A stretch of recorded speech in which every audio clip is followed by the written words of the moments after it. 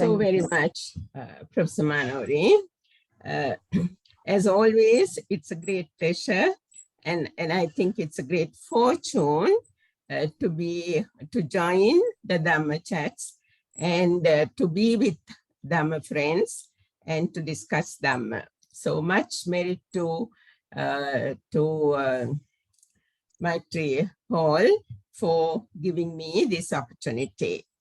I would like to preface this short talk by saying that the whole talk is more like speaking aloud, reflecting together, exploring together, because I am a student of psychology, not an expert, and a student of Buddhism as well.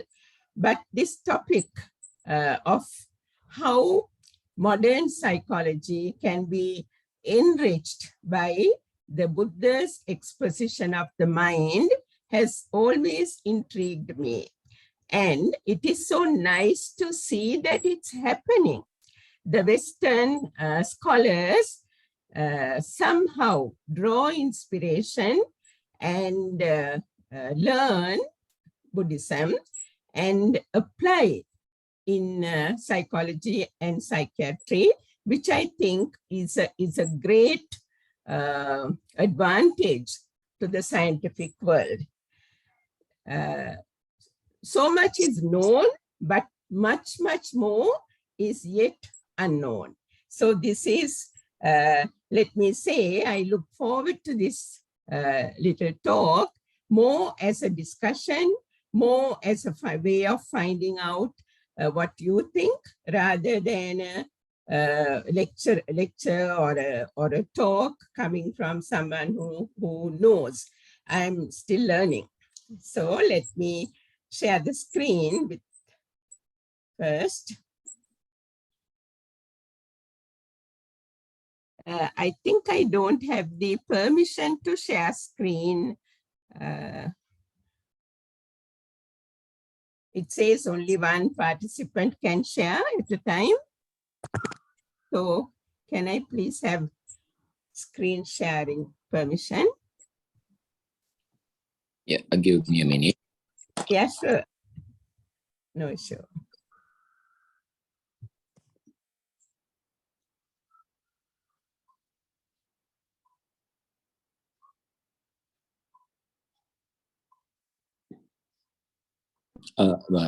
You should be able to share because you are the co-host.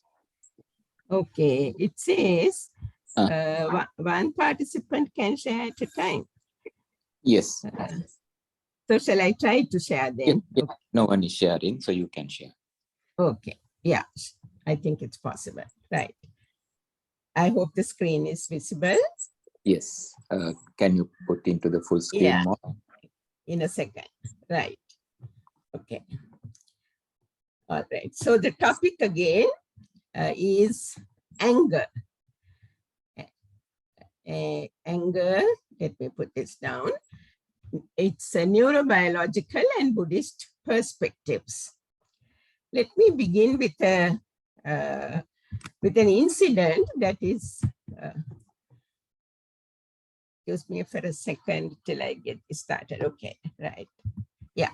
Let me begin with a incident that is perhaps the first of its kind, and it is something that has been extensively researched. So here is a man whose name is, I think many people know, is Phineas Gage. I think quite a few people may know, but let me relate it anyway as it relates to our discussion. He was working as a foreman in a railway construction company.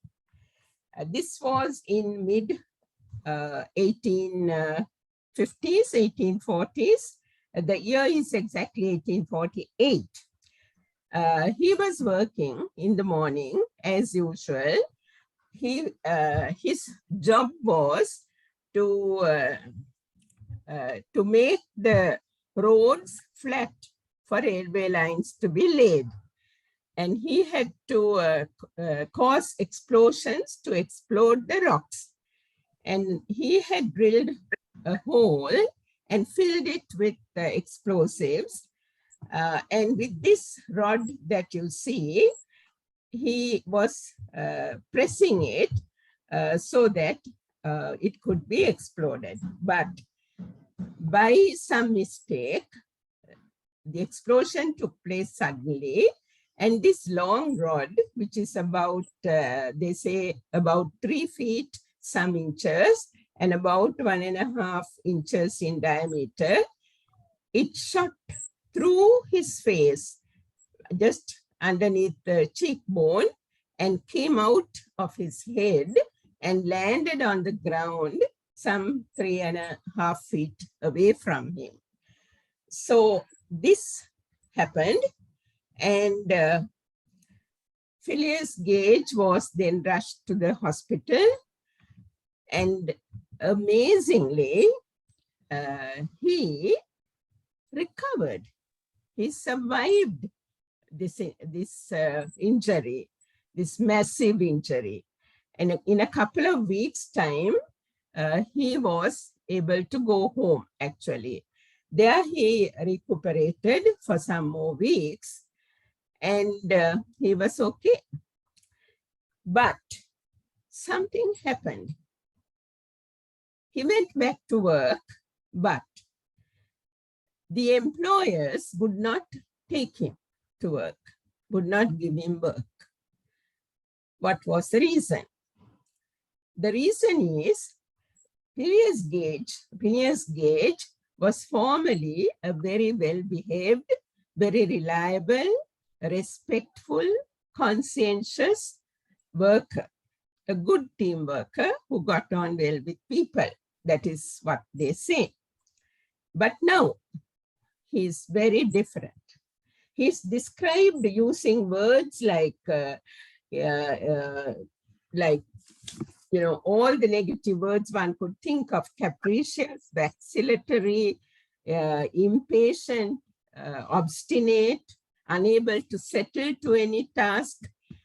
So his personality has completely changed. He went from place to place, did short stints of work, but he remained a totally different person. It was said that this is no longer Phineas, and some 10 years later, he died anyway from natural causes. So what is the connection here? When this iron rod penetrated through his face, through the brain actually, as you can see, it's through the frontal part of the brain and came out, surely some damage took place to certain parts of his brain. And to this date, scientists, the people leading this field, do not seem to agree on what was exactly the damage. But then for us, what matters here is that how physical damage, in this case, actually damage to the brain, causes changes in the personality of a person. So we will move forward and see. They say at the Harvard University, the skull and the iron rod are kept in the museum. So we are going to talk about anger, keeping this in mind. What shall we look at in anger? We look at 4 aspects of it. What is anger, after all? What causes anger?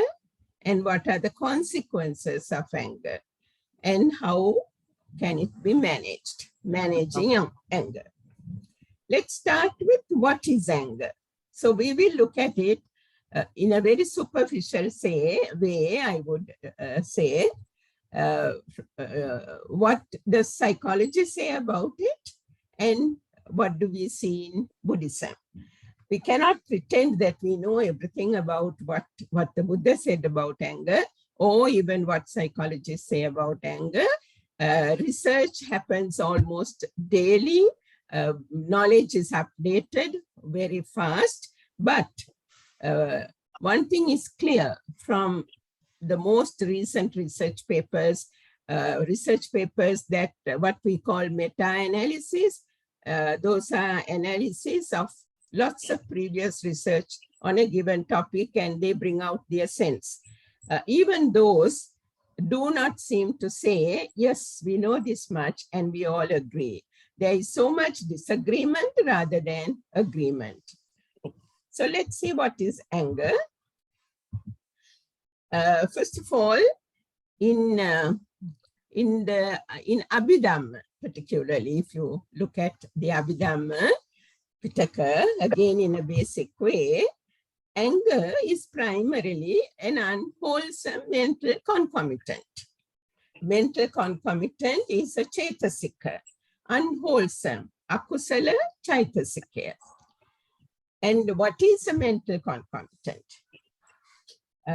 It would be extremely hard to explain that. But these are nama that occur in a mind. I try to understand this by thinking the mind like as a soup. So we make vegetable soups, we make chicken soup, or we can make any number of other kinds of soup. If we are thinking of a vegetable soup, let's say we have put carrots and potatoes and beans into it, those are the contents of the soup. So and the water is there. So for me, I try to understand the mind like that. The water is the mind, but it cannot exist alone. It has to exist with these mental contents or mental concomitants. And there are laws according to which the concomitants come together, in which forms of consciousness these occur, etc. Now, in unwholesome consciousness, there are unwholesome mental, let me take this out a minute. There are unwholesome mental concomitants. So in an angry mind, in an angry consciousness, there is the mental concomitant of anger. So that is a way of looking at anger in Buddhism. Of course, there's so much more in terms of describing anger. In psychology, what happens? Anger is described as an emotion. Emotion is a great topic in psychology, as you would know. And there are various definitions for that. So one simple definition is an emotion. Emotion is a set of positive or negative reactions consisting of psychological and physiological patterns and accompanying behavior to a situation. So see how interesting this is. Psychology is doing a lot of research into emotions, lots and lots of research into emotions. Why? Because emotional disturbance is commonly seen in what we call psychological disorders or psychopathologies, or basically mental illness.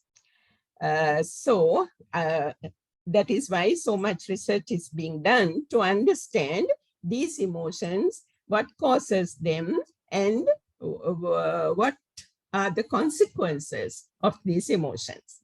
When we look at this description, you can see how it tries to encompass everything, even though that we do not have a full understanding of emotion by itself or anger by itself, but what it does and what it is nicely brought into this compact statement. So they say it can be positive or negative, and they say it consists of both psychological and physiological patterns and accompanying behaviors. Now, in the Buddhist exposition of anger, also we see these things. We see that causes of anger have been discussed very well. We see that the Buddha has expounded the consequences of anger in a very detailed, in a very psychological manner, if we were to use that word, and the consequences of also on behavior and in other aspects. So this kind of shows where modern psychology is going in a way, the effort that is being put into to understand these emotions. There are various theories about it. I thought it would be nice to share another definition. It's an integrated response. They take it as a complete integrated response shaped by individual and contextual factors, and that it cannot be dissected into psychological components. And this is where Buddhism differs.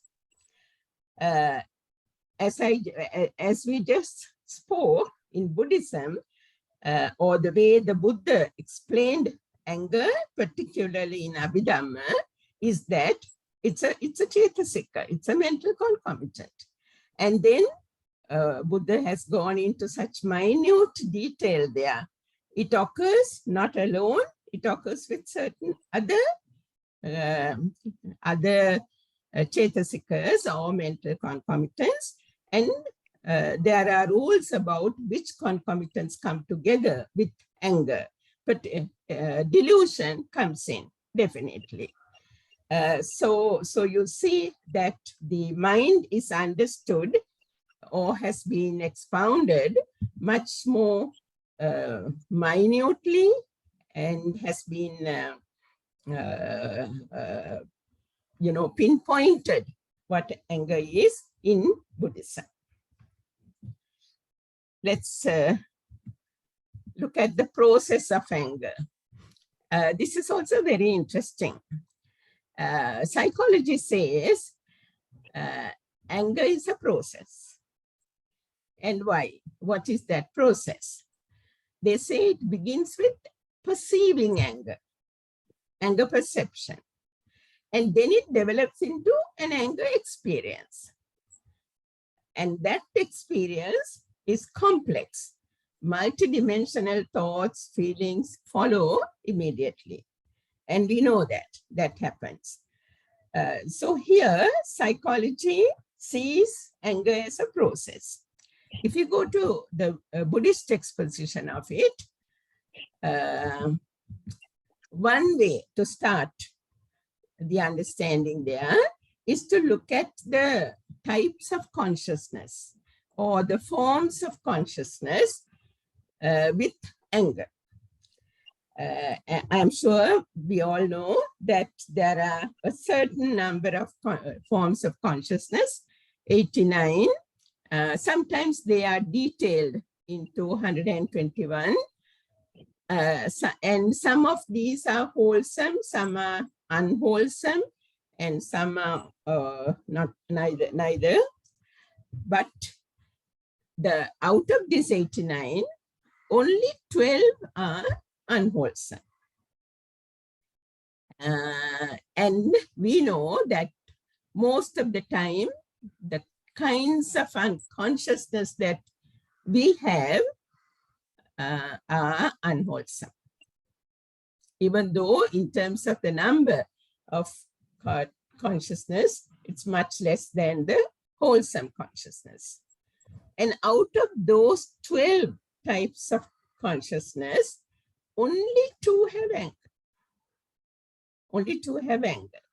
And these 2 are characterized by displeasure. They are accompanied by displeasure, and they are associated with aversion.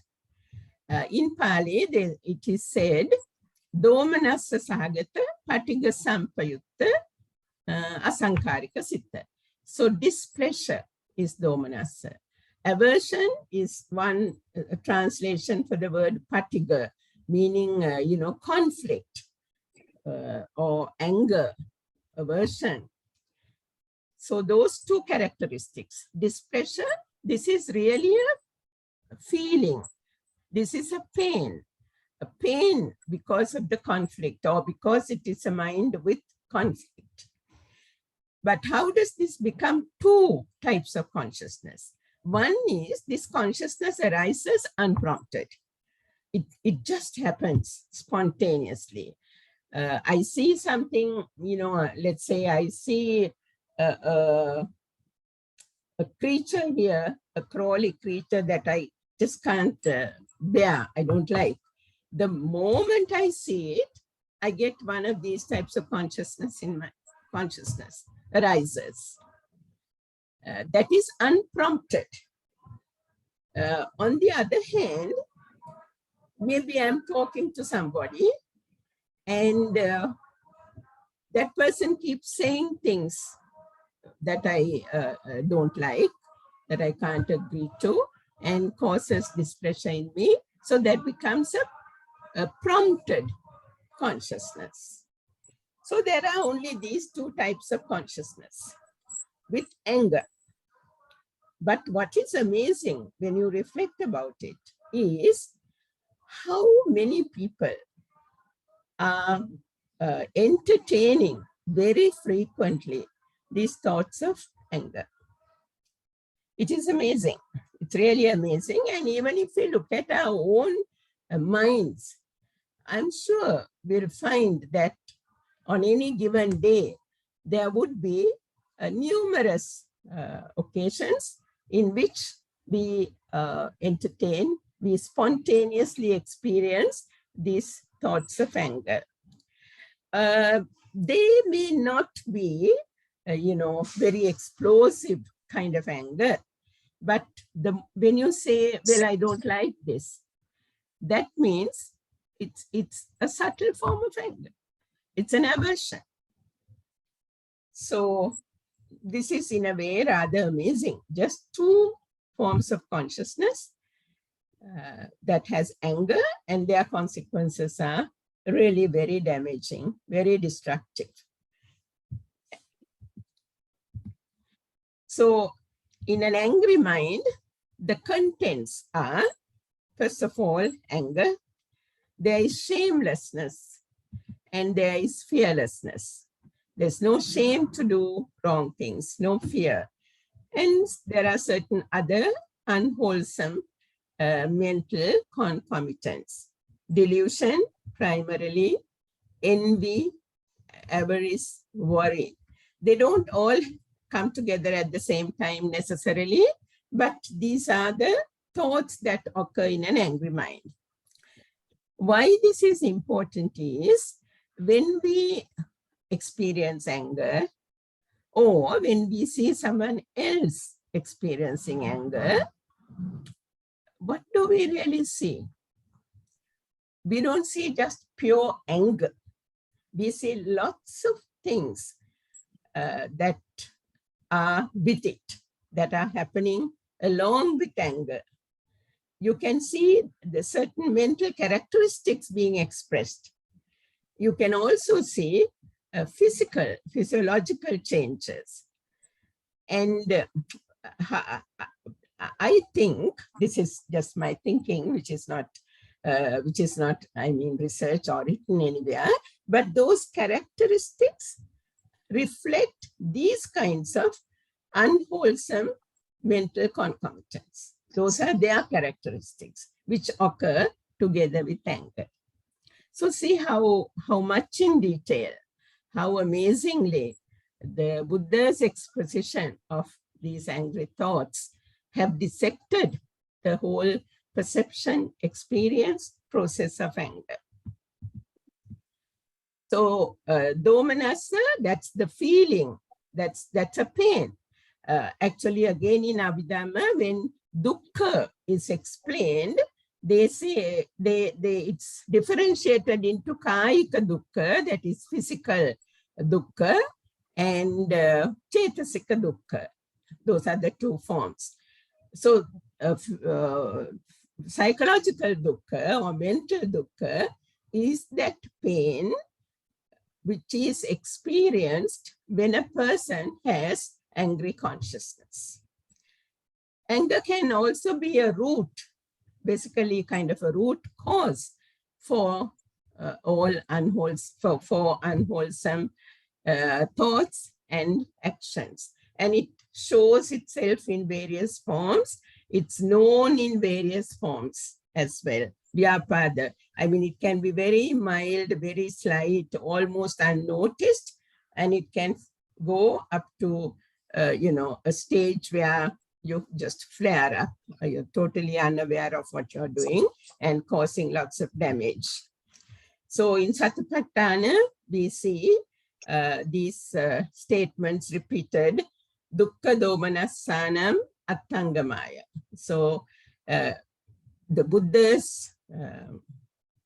showed the way to eliminate dukkha domanassa. So by domanassa, what is meant is the pain here, is the feeling that is associated with the unwholesome thoughts.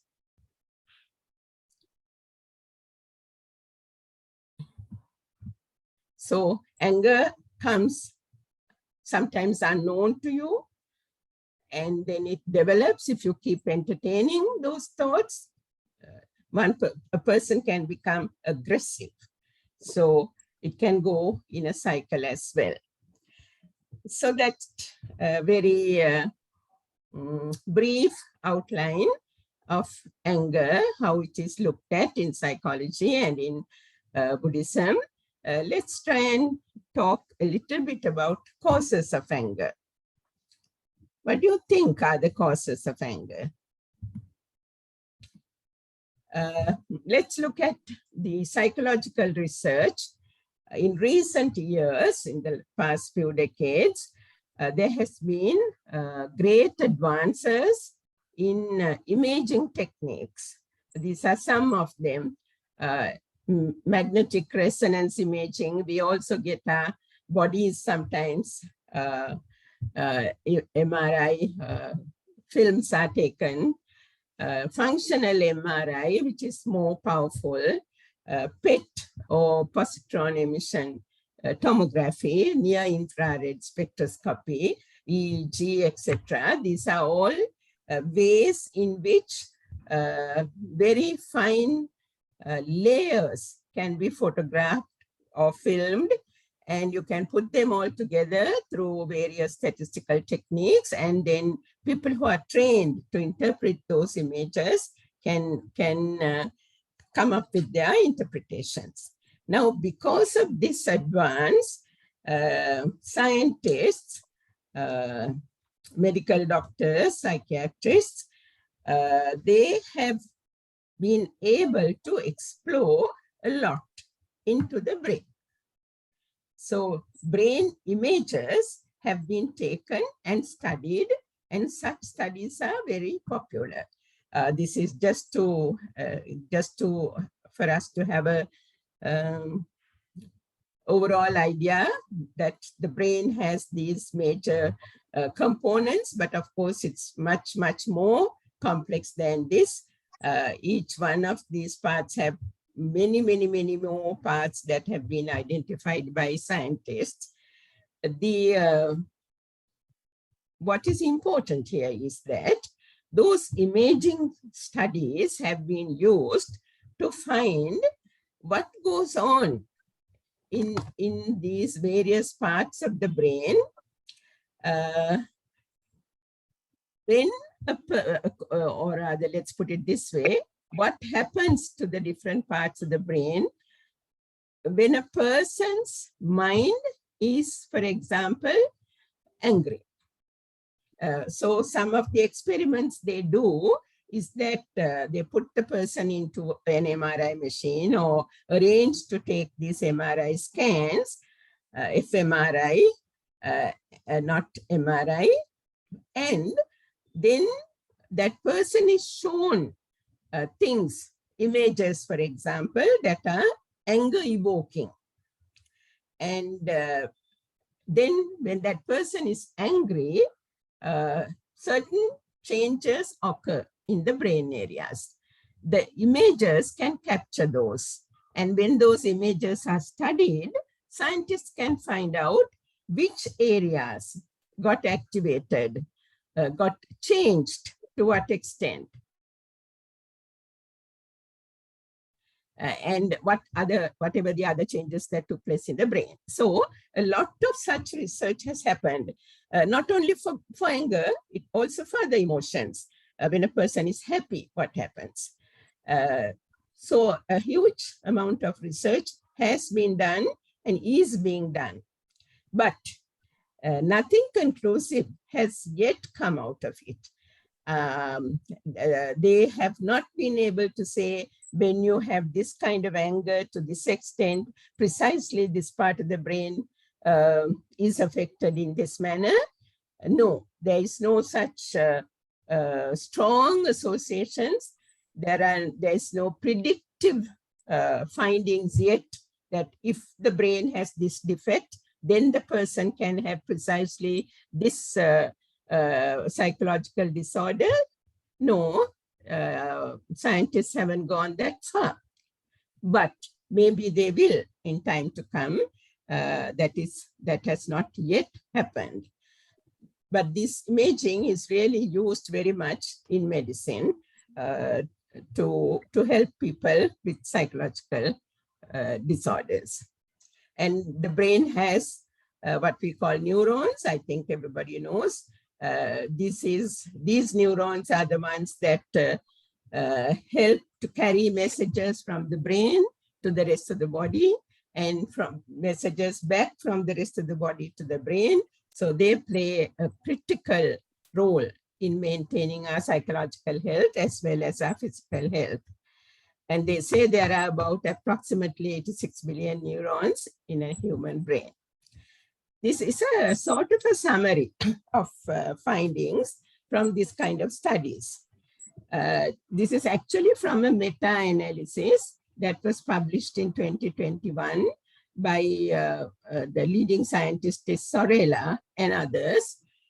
So 2021 is recent, but it captures the findings from previous research, a large number of previous research related to anger and its impact on the brain. So and we don't need to know any of these things, because unless you are a doctor or a scientist, we ordinary lay people, it doesn't matter really.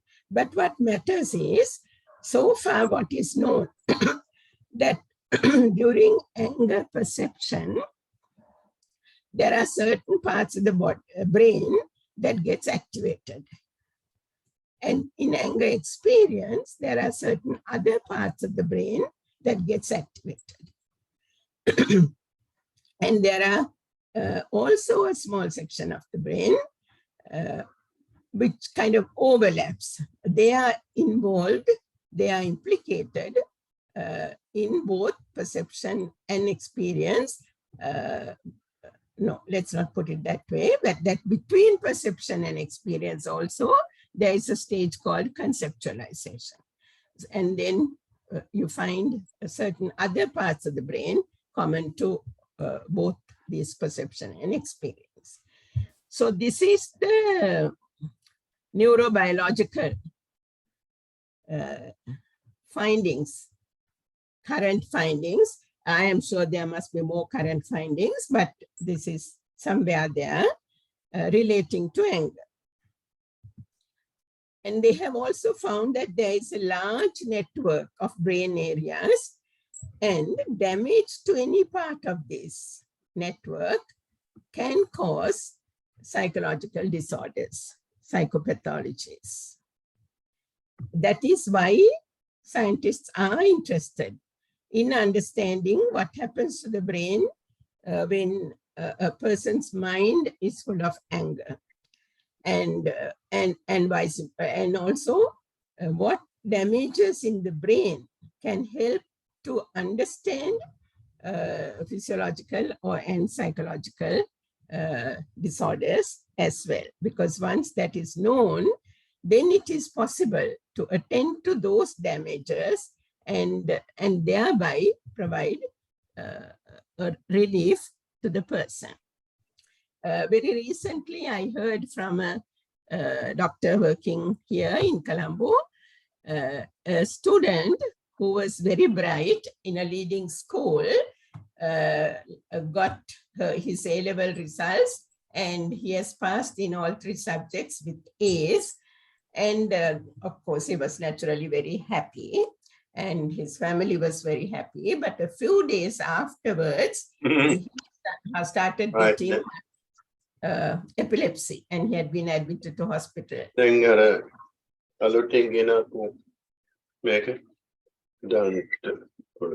Yeah. And then they found that when initial treatment was not working, EEGs were taken, and they found a lesion in the brain. So that those kinds of connections are being looked at.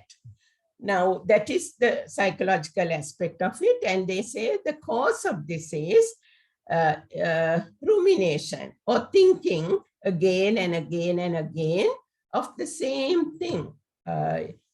Maybe someone spoke badly to a person, and that person keeps letting his mind go to that incident, keeps thinking of it, adding more and more things, so that it becomes gradually a huge, complex kind of, thought process. And that can lead to, that really prolongs the angry experience, and then it can lead to aggression as well. But this is also what the Buddha said. In other words, Buddha had said, I think in Sabbasava Sutta, that when you think of something, if asavas arise in you, and anger is one asava, then do not think about it. So the implication there is that repeated thinking of unwholesome things, or things that bring about unwholesome consciousness, that for reasons that we can understand as well, can cause anger. But in Buddhism, or the Buddha gave another reason or cause. How does anger arise? As we all know, there is Paticca Samuppada. Conditioned upon delusion, anger arises. So there is so much that is said on those lines, and that the proximate cause for anger is ground for annoyance. And we remember, we also saw that in psychology, it says the contextual factors lead to the arising of anger. And I think we have gone to, consequences of anger. And we already said so much about the consequences. Physiological and psychological disorders are a major consequence that psychology is concerned about. So uncontrolled anger is prevalent in numerous psychopathological conditions, that is, numerous mental disorders. If we talk to anyone with a psychological problem, we can be sure, almost 90% sure, that person himself or herself would admit to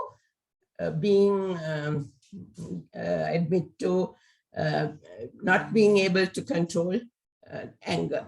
So it's a common factor in unwholesome minds, and then consequent disordered minds. And excessive anger and irritability that happens, frequently, leads to diminished quality of life. And obviously, it leads to relationship problems. Anger in one of the spouses is a very common cause for marital problems. And it is also a common cause for workplace problems. And we know, we really don't have to talk about it, what its health risks are, and its psychiatric illnesses. So this paper published in 2020 says that in a particular clinical setting, that 50% of OPD psychiatric patients has shown excessive anger. Just to name, we don't have to be bothered about it, but we have heard about post-traumatic stress disorders. That's related to anger, not related to anger. These are some of the serious kinds of mental disorders, mental illnesses, where anger has been implicated. So post-traumatic stress disorder, people go through natural or man-made disasters. Many of them experience stress, and also many of them overcome that. They even build their lives better, but some don't. Some develop very serious psychological disorders. And those people are the ones who are generally subject to anger. Then even the autism spectrum disorder, and there is this fascinating illness actually called intermittent explosive disorder. If we look carefully, we can see people with this disorder, they cannot control themselves at all. They explode with anger.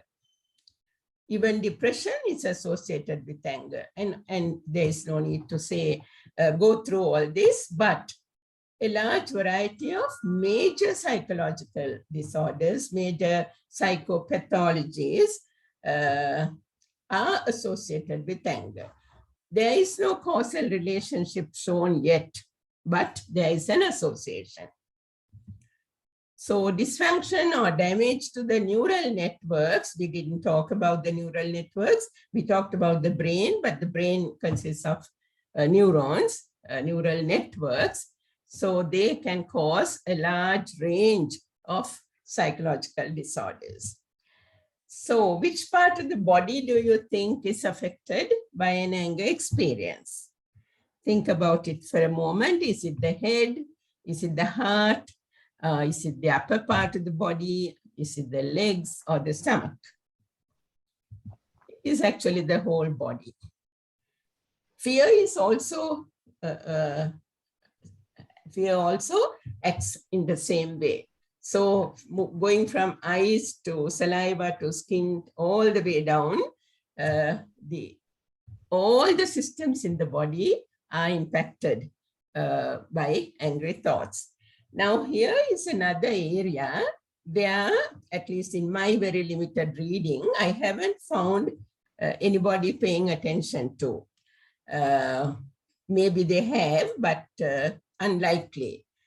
That is, now the Buddha explains chitta viti, or chitta, let's say, mind or consciousness. Now, we saw that there are two types of angry consciousness. Any one of those. When we have that consciousness, when we have an angry mind, in brief, it is not just an angry mind. It's a lot of things.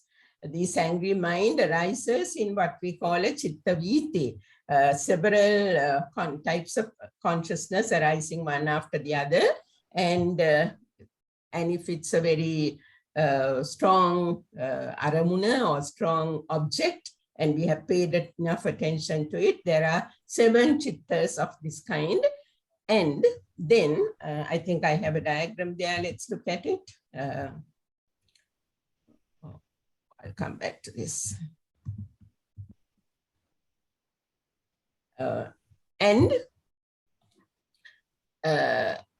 When we have that anger-rooted or hatred-rooted consciousness, 2 things happen. One is that subsequent to that, immediately after that, with no time lag, there is a resultant, or there are resultant consciousness. And once those, we say vipaka sit, and once those resultant consciousness arise, they are very, very likely to give their effects sometime or the other. Vipaka sit. And it's quite difficult to escape them. You can escape them, but it's very difficult. The negative results, the pain, we will have to bear. But besides this, there is something else that happens. And what is that? This is an amazing thing, actually. With the mind, with the arising of the mind, there is something else that's forming. They are called Chittaja Rupa, or mind-born forms. Really amazing. And what this means is, they make the forms, various forms, meaning rupa, and there are certain qualities in an unwholesome mind, or these rupa generated by an unwholesome mind have very negative characteristics. They are not malleable, they are not workable, they don't use the word hard, but very negative characteristics. With a wholesome mind, good forms with good characteristics are generated, mind-born. So, in a way, can't we see the connection? When a person's mind is angry, the entire body reacts negatively. We sweat, the heart rate increases, all kinds of things happen. But when if we meditate for some time, we have calmed our minds, we have kept our mind full of wholesome thoughts, see how we feel, see how we look. And is it the mind that makes our skin radiant? Is it the mind that makes our eyes pleasant to look at? Or when it's angry, we can't look at a person's eyes.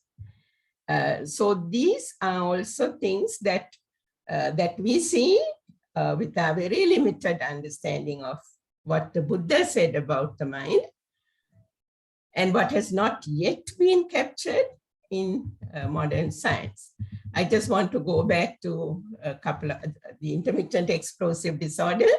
It's inability to resist aggressive impulses. You have to do it. I met a person from the forces the other day. He has one daughter whom he, of course, adores. But at the dinner table, he has thrown the dinner plate at her face. And she was hurt very much. And the following day, he came for advice. And what he said was, I cannot control my anger.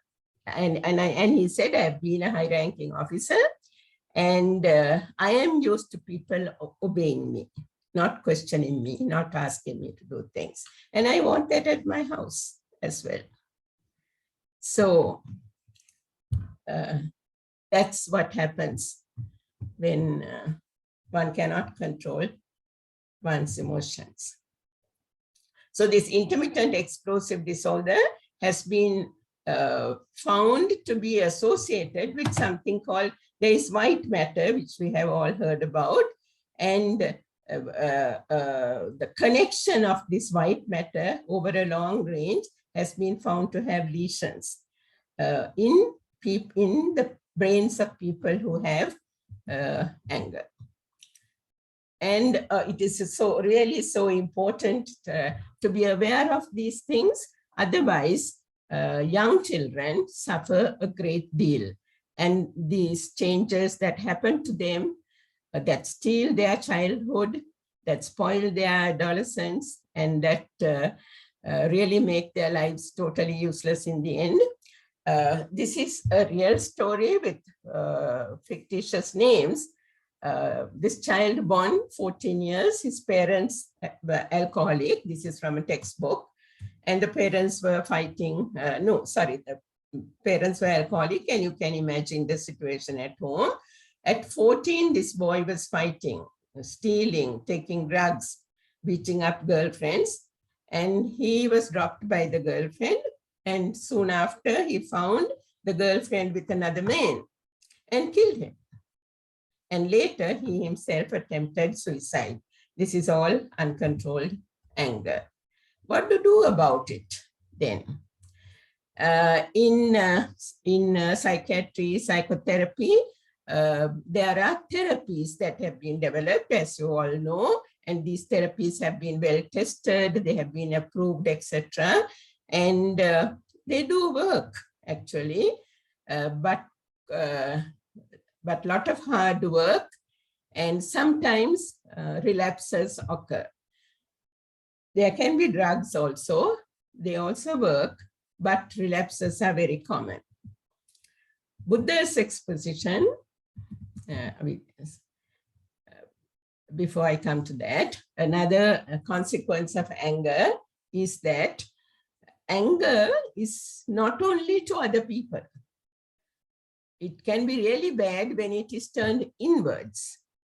In fact, this was first said by Freud, the father of psychology.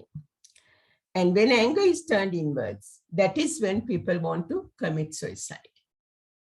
So hatred with oneself or anger with oneself. So how do we manage anger? There are therapies, as we said before. I'm sorry, I just skipped one slide. All kinds of, not all kinds, but several therapies have been developed. Some are under development. I'm sure they are under constant improvement. But what did the Buddha say? Every single discourse, if we look at it, it's all about managing our asavas or kleshas, defilements. They apply to all generally, not something for anger and something for jealousy, etc. So, but for anger, metta is the antidote actually, but we find in Satipatthana, or before going to Satipatthana, we have to be conscious and we have to try very hard to identify our thoughts and manage them, control them. And we have learned about momentary elimination or abandoning. That is by doing wholesome deeds. Every time we have an wholesome, let's say we are generous. In that act of generosity, we have wholesome deeds. We don't have anger, we don't have jealousy, we don't have greed at that time. And we can have, if we meditate and if we attain, if we get those types of consciousness which meditator attaining jhana gets, then it's suppressed to some extent more. And finally, with the attaining margaphala, ultimately it's also uprooted. So basically for day-to-day life, what I find truly, what can I say, invaluable is we need to practice. I'm sure all of you know and do this, but because I am very fascinated by this or impressed by this, see, we need to know our mind, know if anger is present, and then be able to abandon that thought and not react to it, because all these so-called psychological disorders are when we provide a maladaptive reaction to those thoughts. If we can stay away from doing that, then there won't be a problem. And of course, we know this is not easy at all. But even though it is not easy, it is possible. And it is possible by starting and practicing gradually. So recognizing the thoughts, not reacting to them, getting rid of the angry thoughts, and being able to develop metta to oneself and to others. What we talked about, what is anger? So it is a mental concomitant, very briefly. Of course, you can say much more about what is anger. And in psychology, it is an emotion. Causes of anger and consequences and managing anger. That's what we talked about. Causes of anger. I think I've made a mistake here. So it's conditioned upon delusion. It arises from conditions. Consequences are psychopathologies, and managing through psychotherapies. I think I have to skip this because I have interchanged the slide. Sorry about that. So let's just forget that. And I think that brings to the end of the presentation. And let me stop here, but say thank you very much for your very patient listening. Thank you so much. And also let me wish you the strength, the wisdom, the ability to recognize your thoughts and understand them, not react to them, abandon them, and gradually, one day soon, be able to get rid of them fully, attaining Nibbana. Thank you so much. Sadhu, sadhu, Soma. It was brilliant. And what a lovely ending as well. I'm sure there are a lot of questions. And since time is catching up, without much ado, thank you for that brilliant presentation, so comprehensive, so practical, side by side, and with the Buddhist teachings, which are nothing has gone contrary to that. I know there are a lot of questions from the audience, comments, and further questions, not because they didn't understand what you said, but you have provoked so much of questions, thoughts, and interest. And it is a crying need, no doubt, to understand this, something that we all have anger in various degrees. Any questions? Who would like to lead? I think we have Venerable Dhammarakkhita. Would you have anything to say, Venerable Sir? Has he left?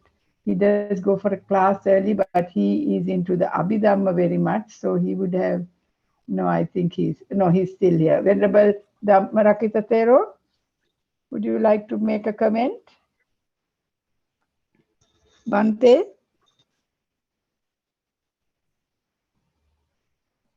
Can you unmute, Bhante?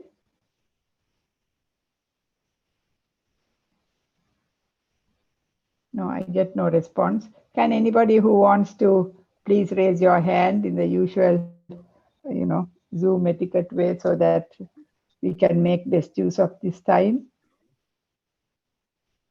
And there's one question came yes, through Neville. Sorry, Neville has, or is it Neville or Liz? We see them both. Can please ask the question, Neville? I wondered whether the relationship, which I believe exists between dementia and anger, has anything to teach us in terms of today's discussion. Soma, would you like to take that? Yeah, so I didn't mention dementia per se here, but, and I cannot also recall offhand whether that is in the list of psychopathologies that have been identified as associated with anger, but it is very likely that it is. So, but if there is anything to teach, let's look at it this way. That is, anger is a common characteristic of people having psychopathologies. And I don't think dementia could be an exception. I will look into it. I will find some literature and I will send it to you.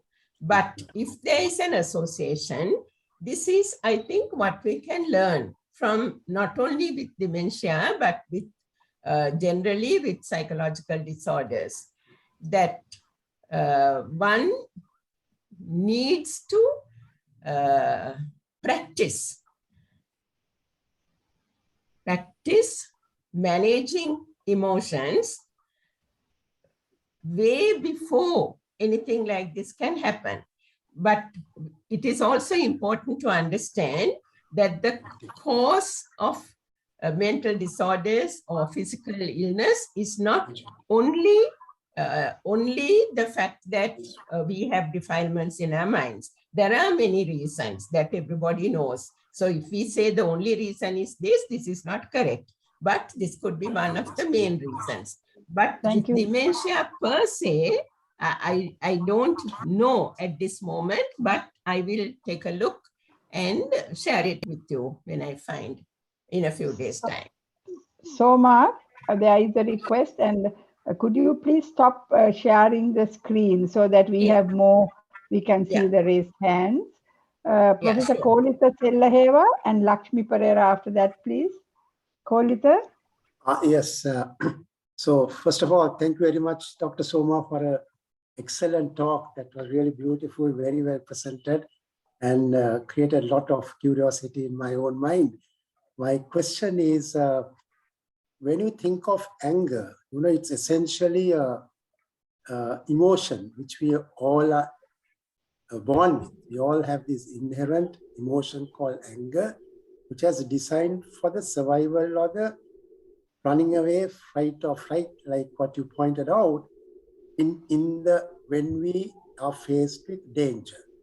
And all these subsequent changes that are brought about in the body, pupillary dilatation, the horripilation, the heart beating fast, and all these are directly related to meet that objective of either fighting or running away. So it is emotional. And all these, I think, from a neurophysiological point of view, you pointed out in great detail, it's essentially localized in the amygdala, and different people, the same stimulus responds in different way because of the modulating effect of neuronal connections coming from the prefrontal cortex. So my question is, now if one were to get rid of this anger, you can't really get rid of it really. Is it getting rid or controlling the expression of these adverse consequences of anger from either verbally or physical expression? Is it brought about, now you're from a Buddhist point of view, again you pointed out very clearly, delusion at the primary root for the development of these or the expressions of these anger, the consequences of anger. So what we do by meditation or anything like that, is it all a function of the prefrontal cortex? Is the mind, all the chitta viti that you spoke about, are all these related to a function of the prefrontal cortex? So that's where the connections are arising. It's a neuronal connection from the prefrontal cortex that can have a dampening effect on the amygdala, which will respond in any case. Anger will arise in any case, whatever the state we are in, as a natural biological phenomenon. So it's the control that is necessary in our path towards liberation and for us to be, socially acceptable for that being. So the question is, the way you see this delusion as delusion and so on, in relation to this defilement of anger, is it a function of the prefrontal cortex? Yes, so that's a great question, Professor Kolita. What can we pinpoint in the brain or in the nervous system as responsible, as you said, first of all, to the arising of the anger, second, to recognizing and managing it. And you said that anger is an emotion that is necessary for the survival for our survival. So these are key questions. Now, anger or fear help us to get away from what can be damaging to us. But and then you are also asking, is it all controlled by the prefrontal cortex? But from the literature I have read, yes, prefrontal cortex is quite important and relevant here, but there are other areas also which are implicated, and the knowledge is incomplete and the findings are not very consistent either. But there is so much knowledge and so much is being found out as well. But about the relationship that you are raising,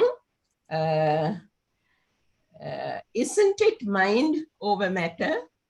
I know there are some things it's not mind over matter, but some other things it's mind over matter. But when it comes to a characteristic of the mind, it is our ability to recognize our mind, identify if the consciousness is unwholesome and not react to it. And doing that, I don't think is going to put us in danger. We don't have to be angry to survive. That's my personal feeling. We may have to be angry in order to run away from a bear in our primitive ages. But do we really have to do it? Can't we use wisdom? Can't we use knowledge? Can't we use patience, metta, to survive better than through anger?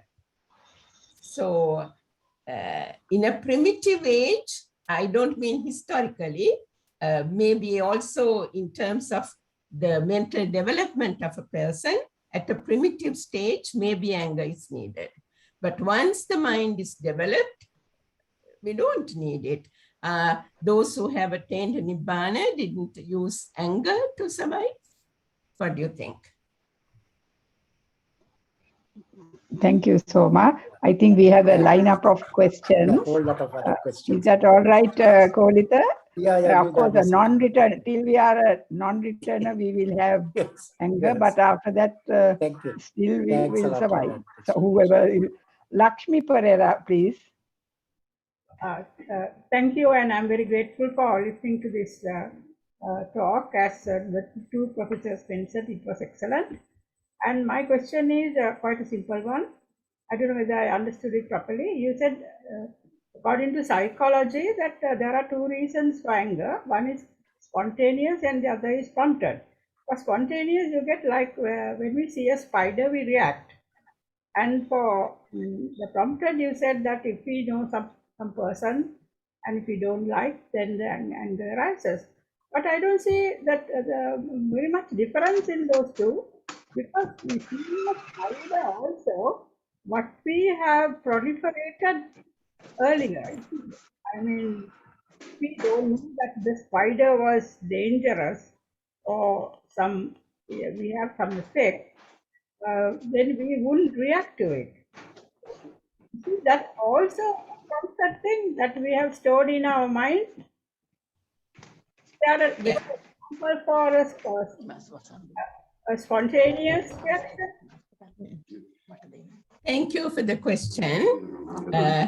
This is actually in the Buddhist teachings, not in modern psychology.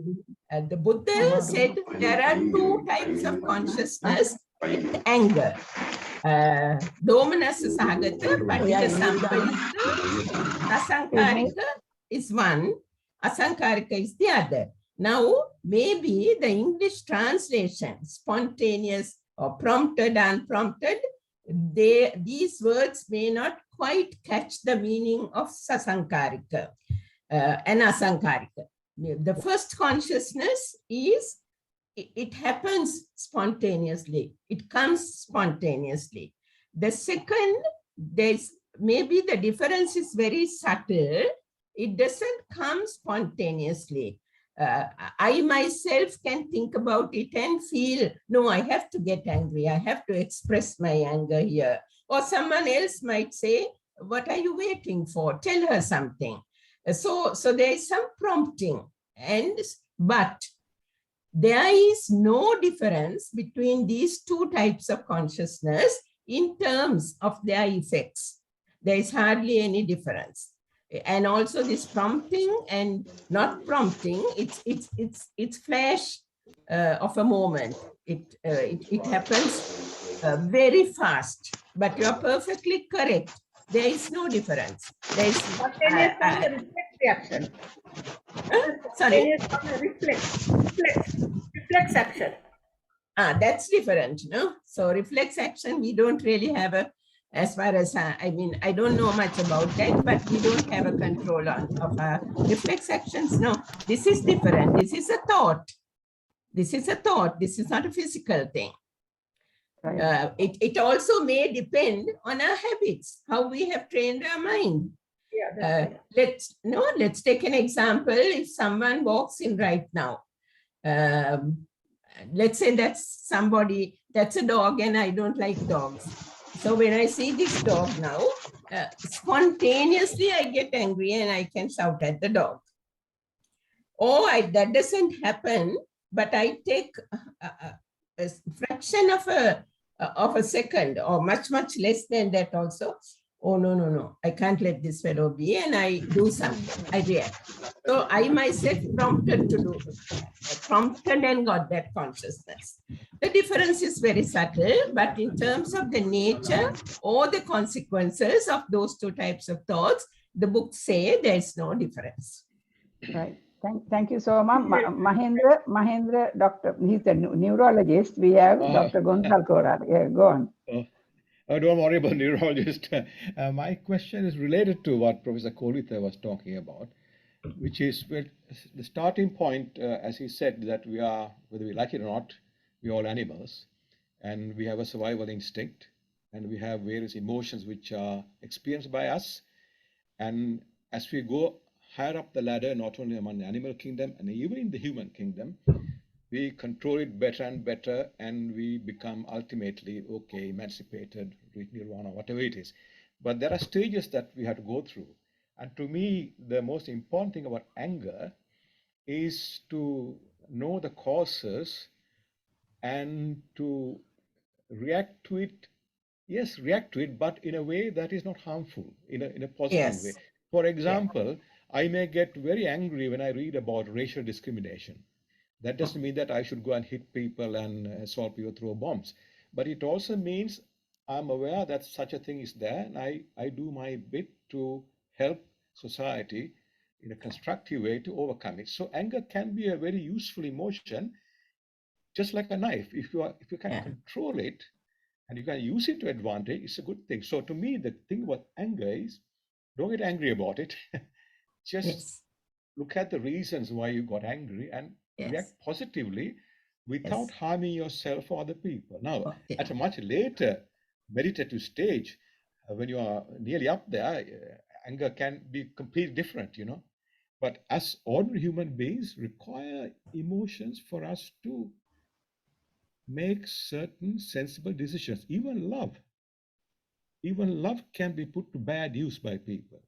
So I think that emotions are things that we need to be aware of the cause, control it, and use it in a positive way to help us and help human beings. So that's my take on it.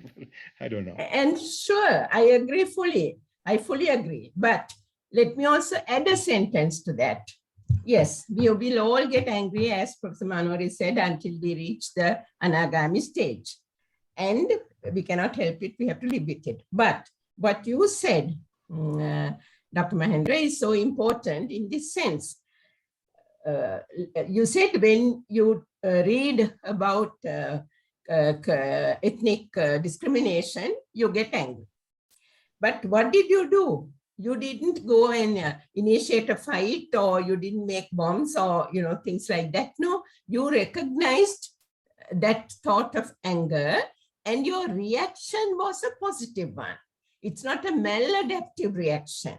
A maladaptive reaction would have been, the next person you see talking about ethnic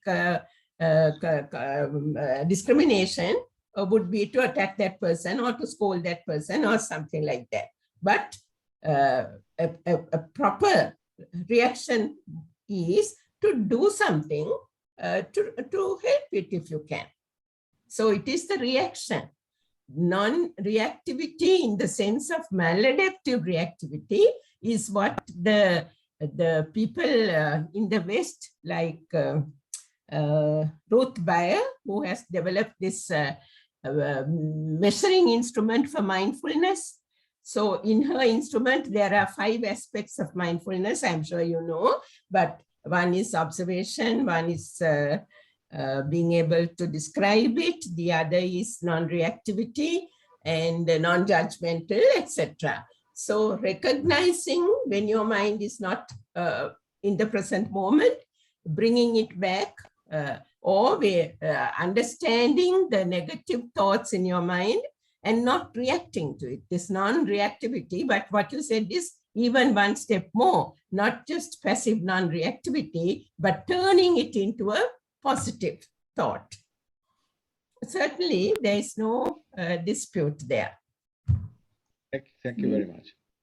We will have to be short though, but we have Don De Silva from the UK, Don, and after that Dilsiri Abekon and Kolita Sellaheva, and we will then end, please. Yes, Don. Thank you so much, Dr. De Silva. This is from a very layperson's point of view. Thank you so much for your presentation, particularly the graphics, which I enjoyed very much. Also, you mentioned something, this was very important, that perhaps you need to look at the so-called latent things that we in Western psychology tend to use, which is about fear, flight, and reproduction, because the Buddha talked about the fact that we also have the tendencies of the good within us. And that is something which you highlighted brilliantly. The Buddha, of course, also talked about the anusayas, the latent tendencies.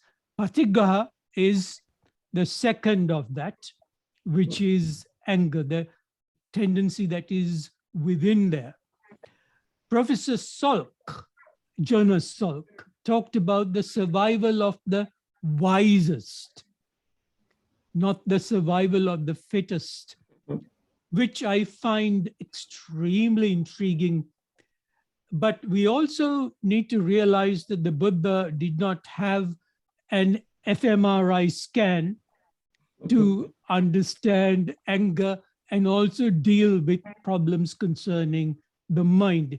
It is quite intriguing that the Western psychological environment, which really started somewhere in the late 1890s, 1880s, early 1920s, and so on, are catching up with the Buddha. And this is something that I find quite intriguing.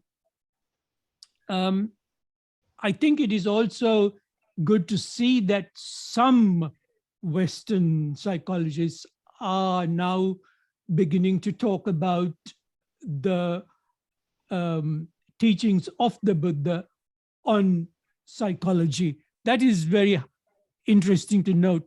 The Buddha also said very clearly, he made some very specific, clear statements about the anger. And for me, the most important is, he said, one who does not directly known and fully understood anger is incapable of destroying suffering.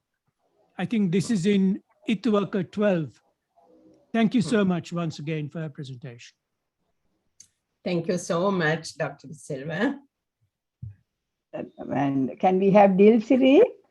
Dr. Dilsiri again from London. Dilsiri, we'd love if we could see you as well. But anyway, time is catching up. Well, I don't know whether that's such a good idea or not, but anyway, there's me in my background. But it's just to say, first I want to thank you, Dr. Soma De Silva, but I also want to thank you, Manori, because I think it's wonderful that we have somebody who is medical, but also who quoted so much of Abhidhamma, because I'm interested in both. So I found your talk utterly fascinating, and I want to thank you, Manori, for selecting this today, even though there's another program that I'm concurrently going on. So, but I've selected this because it's really too interesting to me. So I've learned a lot of things, but I also like a lot of the answers that you give from people who are medically oriented from your Abhidhamma point of view. And what I was saying, because I listened to a recent thing last Sunday, which is very much about the thoughts, because the Buddha in that first Dhammapada said, so that everything is the forerunner, is the mind. So everything starts with the mind and the thoughts. And I love the classification you get, because the thoughts are chittas, and that's a process, like what you talk. Anger is a process. Chitta is a process, right? And it's not an object, or it's not anything. It is a process, chitta. And the chaitasikas that go into it, the mental concomitants or the mental factors, right? They are always arises with the chitta. They're part and parcel of it. And there are so many chaitasikas in chitta and so on. And you refer to all these things. Fascinating. And one of the things which I heard last Sunday, which is very relevant, is so therefore, when you have these thoughts, and you also categorize these thoughts into the patika, the ones that is to do with anger, right? And it's their domanassa thoughts, right? And they're because they are unwholesome and they bring suffering. But that you brought together certain factors of these thoughts that come together, and the fact that anger never rises alone, right? But there's also hatred, but there's envy, issa, there is avarice, Maitriya, there is worry, kukuch, and that's what they're coming in clusters. So you can't just separate anger. So thank you for raising that, because that's the way the chaitasikas and chittas raise.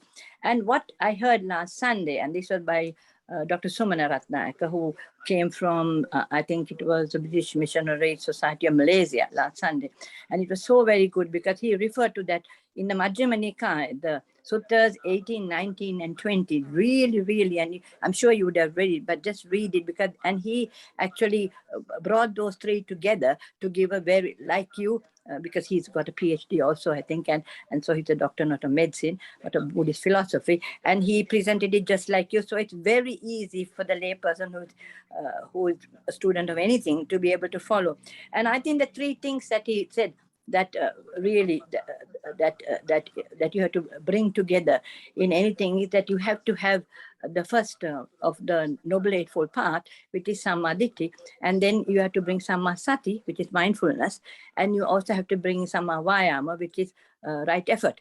Because if you don't have the right thinking, which you get from knowledge, or as the Buddha's teaching goes, right? And with mindful, you don't recognize that you're having some kind of unpleasant particular thought, right? You are just going to go on the story of all the sankharas, and you can't stop it. Nobody can stop it. But it's only when with mindfulness you realize that you are angry, or you're feeling uncomfortable, or whatever, unsatisfactory, or frank dukkha, that you can do something about it, and you have to put a lot of effort. So otherwise you can't really stop this process, because as you quite rightly said, the chitta viti is a fractions of second faster than light, and they have all proliferated, and each one proliferates, and we don't want to go into that. So that's really important, that you brought all these factors to tell us how you can do. And you refer to this asankarika and sasankarika, and though the results are that they're both unfavorable and unfavorable, and the karma vipaka are negative, the important thing here is that if it is prompted, right, you have some chance, because you have broken up. And this is something else that I follow Bhante Panna, what's his name? Panjavansa. I'm following 6 sessions a day, and my mind is forgetting the name. That shows where my memories and my mind power with Panjavansa. We are doing, and one of the bhavanas that really help you with, because you always referring to meditators as what really helps it, is the Indriya Bhavana, right? And that also there's Indriya Bhavana by Indriya Sangvara, and we as Pratagnara people, householders, we do Indriya Bhavana.